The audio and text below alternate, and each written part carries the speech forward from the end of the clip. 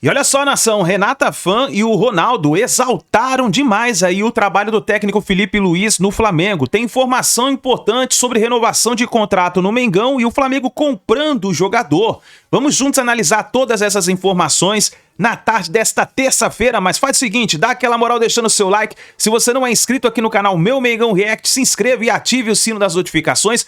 Corre nos comentários e coloca aí de qual cidade você está assistindo nossos vídeos. Você está na Bahia, Pernambuco, Sergipe, Pará, Alagoas, Rio Grande do Norte, Ceará, Mato Grosso do Sul, Brasília, Rio Grande do Norte. Coloca aí, coloca a sua cidade, coloca o seu estado pra gente saber onde tem torcedor do Mengão dando aquela moral no nosso canal. Vou deixar os créditos desse vídeo ao canal do Jogo Aberto, Band Esportes, link na descrição como crédito. Vamos juntos analisar as últimas informações do Flamengo. Vai entender aqui no Jogo Aberto o bom momento vivido pelo técnico Felipe Luiz do Flamengo.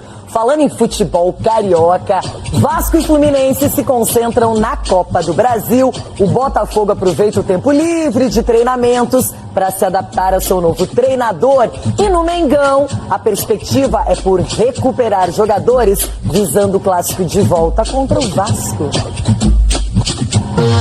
A semana de carnaval será também de muito futebol para alguns clubes do Rio de Janeiro. Vasco e Fluminense entram em campo pela segunda fase da Copa do Brasil, vivendo momentos diferentes. Enquanto a fase do Cruz Maltino é de oscilação, com 2 derrotas, 2 vitórias e 1 empate nos últimos 5 jogos, o tricolor das Laranjeiras está em boa fase. Já são 7 partidas de invencibilidade. Vamos construindo e, à medida em que a equipe vai se afirmando, como foi possível ver nesses jogos, acho que cada vez a gente pode entregar mais, os jogadores vão ganhando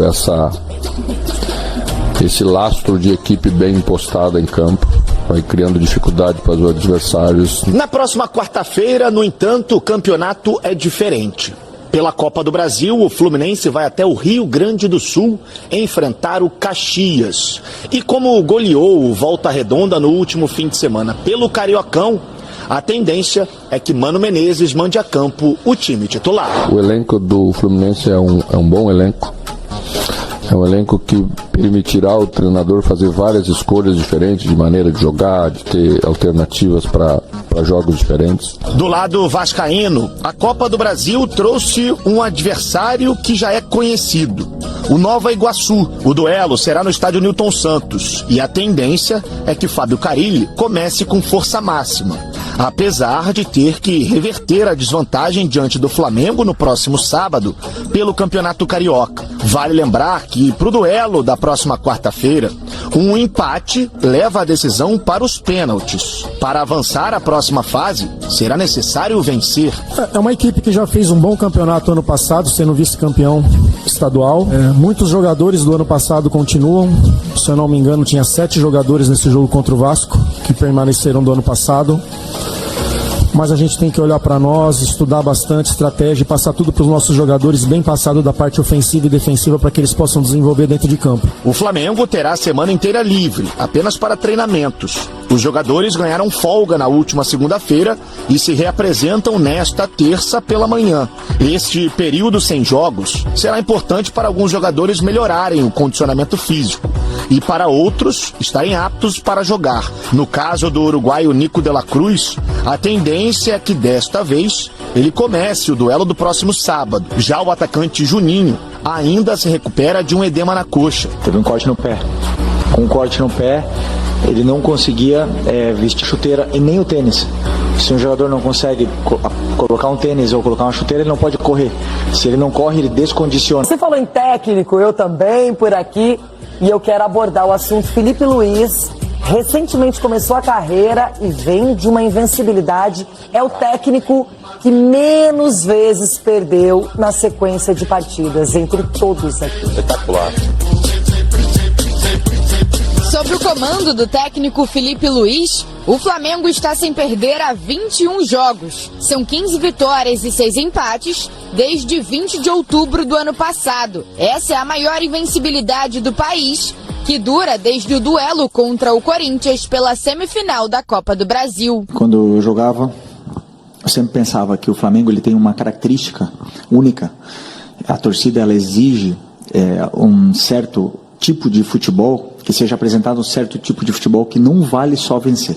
Isso me chamou atenção. Então eu pensei, junto com o meu auxiliar, em criar um modelo de jogo, um documento onde a gente pudesse fazer um modelo onde o torcedor se sentisse representado pelo que ele estivesse vendo no campo. Atrás de Felipe no ranking aparece Thiago Carpini do Vitória, com 20 jogos sem perder. O início da invencibilidade foi no dia 20 de novembro de 2024, na vitória sobre o Criciúma por 1-0, pela 34ª rodada do Brasileirão. O terceiro da lista é Ramon Dias do Corinthians, que iniciou a sequência positiva neste ano e soma 11 jogos de invencibilidade. Ao todo, Felipe Luiz esteve à frente do Flamengo em 24 partidas, com 17 vitórias, 6 empates e apenas uma derrota. São 44 gols pró e 12 contra, um aproveitamento de quase 80%. O único revés foi para o Fluminense em uma partida válida pelo Campeonato Brasileiro, no dia 17 de outubro do ano passado. Com um início de carreira muito promissor, Felipe soma mais títulos do que derrotas pelo Flamengo. Para ele, o crédito ao bom desempenho se dá também pela qualidade do elenco. Qualidade, ambição, talento, o primeiro, né? Um grupo, como o teu companheiro falou, não tenho vergonha de falar, é o melhor elenco da América. Então, esse é o primeiro. Depois, parece fácil, mas quando as coisas parecem fáceis é porque tem muito trabalho atrás. Em 2024, o Flamengo foi campeão da Copa do Brasil sobre o Atlético Mineiro. Já nesta temporada, a equipe carioca conquistou 2 títulos até aqui: a Supercopa do Brasil e a Taça Guanabara. Além disso, no último sábado, venceu o Vasco por 1-0 e saiu na frente na disputa por uma vaga na final do estadual. Como é salutar acompanhar coletivas de Felipe Luiz, o quanto ele acrescenta, o quanto ele se prepara, é objetivo, ele tem amplitude nos assuntos, dá pra ver que ele tá muito bem preparado em diversos pontos do futebol, do que acontece no jogo, dos treinamentos, o dia a dia, tem demonstrado uma aplicação acima da média, ganhou a Copa do Brasil, tá fazendo um estadual muito bom e olha que ainda sacrificou um pedaço da competição, porque o time estava nos Estados Unidos fazendo uma pré-temporada e ele não acompanhou alguns jogos. Independentemente disso, dá muita pinta de que o Flamengo, comandado por ele, vai incomodar demais na temporada, Sgarbi. Esse cara é espetacular. Não é espetacular. Ele chegou ano passado, já logo de cara conquistou o título, né, da Copa do Brasil, e um momento turbulento ali do Flamengo, com a saída do Tite, Gabigol dando entrevista, tá uma loucura. Chega esse cara, logo, o Felipe Luiz logo organiza a casa ali, faz o fácil no Flamengo, que também tem várias peças assim, importantes que ele usa. Espetacular. Para mim é treinador que um dia, e não num futuro tão distante, vai estar na seleção brasileira. Pelo conhecimento, pela relação com os jogadores, nitidamente existe um respeito muito bacana. Por tudo. Para mim é um cara que tem que estar na seleção no futuro próximo aí. Eu torço por isso. Muito completo, Ronaldo. Na relação com os jogadores é importantíssimo isso também. Você tem que ganhar o grupo, não tem como. E saber como lidar com as peças. Muita gente que vai pro Flamengo, ou que apareceram no Flamengo, acharam que teria que ser a estrela da companhia. E ele não quer ser estrela da companhia, ele quer ganhar títulos, fazer história. Hoje os medalhões, treinadores medalhões, eles querem mandar. Não, manda esse aqui embora, afasta esse aqui, vai lá que abraçar e trocar ideia. Não, ele é profissional. Ele delega poderes a quem tem noção do que está fazendo. E é simples, é normal. É normal, Ronaldo. Não, ele está conseguindo fazer o simples. E vai brigar muito com esses treinadores estrangeiros que estão chegando aí, que estão fazendo a diferença também, que nem o Caixinha, o Abel, o próprio Ramon Dias, essa galera que está na nata ali, ele vai encostar aí e vai tomar conta. Divisão de rede, seguiremos com o Vitor Roque e o Palmeiras. O Flamengo com um placar um pouco mais dilatado pelo primeiro jogo, Arnaldo. Olha, Ivan, eu acho que o Vasco tentar levar para a segunda partida me pareceu a missão inicial, né? Não morrer no primeiro confronto, como o Volta Redonda morreu. Sim. Né? No jogo com o Fluminense. Aliás, o Fluminense 8 na Copa do Brasil, 4, não sei o que lá, vai jogar em Caxias no meio de semana pela Copa do Brasil, mas 4-0. O Vasco também vai jogar na Copa do Brasil. Aí Nova Iguaçu, hein? Aí mesmo. E contra o Nova Iguaçu, tapetinho. que é complicado. Exatamente. Então, antes de voltar a jogar com o Flamengo. Eu acho que o Flamengo, até pelas circunstâncias, o Flamengo tem tido problemas com lesão. O Flamengo não foi um time apressado. Não, o Flamengo jogou, não é que ele jogou por gasto, mas ele administrou também. Não foi. A vantagem nesse confronto tem sido, não é momentânea, tem sido histórica, né? Sim. O Vasco não consegue ganhar do Flamengo. Eu acho que nas duas semifinais, cada uma de um jeito, as classificações foram encaminhadas. O Vasco tem chance de reverter na partida de volta? Muito difícil. A tendência é que o Flamengo no Maracanã jogue melhor do que jogou, que tenha alguns retornos, que trabalhe a semana inteira, né? E o Vasco não pode largar a Copa do Brasil, porque a Copa do Brasil você pode ir, né? Inclusive financeiramente pela situação complicada. Eu acho que agora nós temos uma perspectiva em relação ao Flamengo que parecia estar assim ali na nuvem. O intruso, o grande intruso do Campeonato Paulista, que classificou na última bola, foi o Palmeiras. No Rio foi o Fluminense. Sim. E é o Fluminense quem tem atrapalhado a vida do Flamengo, né? Tem sido um rival de fato, né? Não só anteriormente, como agora na era Felipe Luiz. E acho que o Fluminense vai recobrando confiança. Então, acho que está encaminhado o Fla-Flu para a final. Que a preocupação do Vasco, para mim, é Série A, cara. Com o elenco que tem, com a circunstância toda. Não vai ser simples a Série A para o Vasco. E sendo eliminado para o Flamengo, que é a lógica, trabalhar muito para, no Campeonato Brasileiro, começar bem, somar o máximo número de pontos no início, porque, como diria Paulo Massini, o Brasileirão será uma carnificina. É uma carnificina poderosíssima e o Vasco vai ter problemas com esse elenco para aturar a carnificina do Brasileirão. E o Flamengo já tem esse plantel, Massa, muito bem trabalhado já de muito tempo. Em que pese a questão que o Arnaldo destacou, que o Fluminense é o único que vai fazendo frente à equipe do Flamengo, mas é um time que, até como a gente já falou do Palmeiras, né, tem olhares mais para frente, Libertadores, Brasileiro, Super Mundial. O Vasco não, e o Vasco poderia pelo menos deixar um bom recorte em duelos mais equilibrados contra o Flamengo. Até vi um certo equilíbrio no primeiro tempo, mas parecia, né, que o Flamengo está meio rotação baixa, né? Meio tranquilo ali, dosando a energia, não passou tanto sufoco assim. E para esse Vasco dessa sequência de temporada, eu vou muito nesse entendimento do Arnaldo. Começa a dar uma preocupada grandiosa no seu torcedor. Bom, o Campeonato Brasileiro para mim é um terror, eu acho dificílimo, né? Sempre estou muito mais preocupado com o Campeonato Brasileiro que com qualquer outra competição. O jogo, cara, me mostrou o seguinte: o Flamengo entrou com o pé com uma velocidade um pouco abaixo e o Vasco muito acima. Então estava causando confrontos ali. Primeira bola do Wesley já teve amarelo para o Piton. Tem muito duelo engasgado ali entre os jogadores e tem muita derrota do Vasco para o Flamengo. Tem muito. É um massacre, cara. Eu sinceramente fico me sinto compaixão, para não falar pena, dos torcedores do Vasco, porque jogou contra o Flamengo, vai perder o jogo. Então isso está entrando muito na mente dos jogadores do Flamengo, do Vasco. É como se fosse um tabu, sabe, de não ganhar há muito tempo um título grande. Sim. E isso acaba que o Carille falou sobre tomar um gol, acabou o jogo, né? Então a gente sabia, quando saiu o gol do Bruno Henrique, que golaço espetacular, falei, acabou o jogo, o Vasco não vai ter força para reagir, não teve mesmo. E acho que o time não é tão ruim, você tem alguns bons jogadores. O Vasco tem condições de fazer um jogo melhor. Agora, o Flamengo, para mim, é hoje o melhor time do Brasil. Time que joga futebol, o melhor futebol do Brasil, né? Então é normal, nesse momento dos dois, o Flamengo do jeito que está, com o elenco que tem, jogar mais e ganhar do Vasco.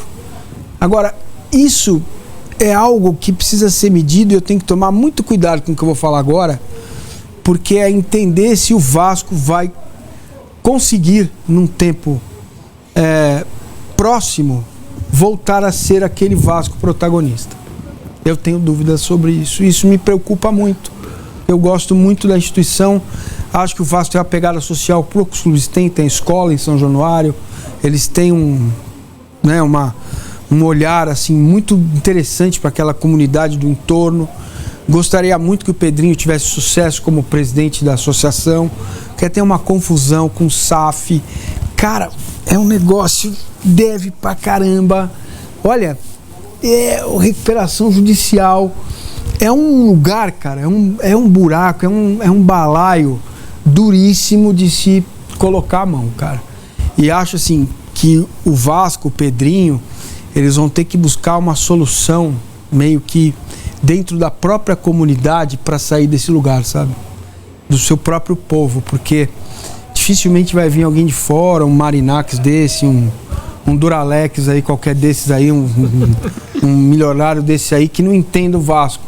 Então acho que o Pedrinho poderia, ele e a comunidade, aqueles que amam o Vasco, sentarem uma grande mesa, fumarem um cachimbo da paz e tentarem buscar alternativas para que o Vasco possa equilibrar suas contas e voltar a ser protagonista no futebol brasileiro.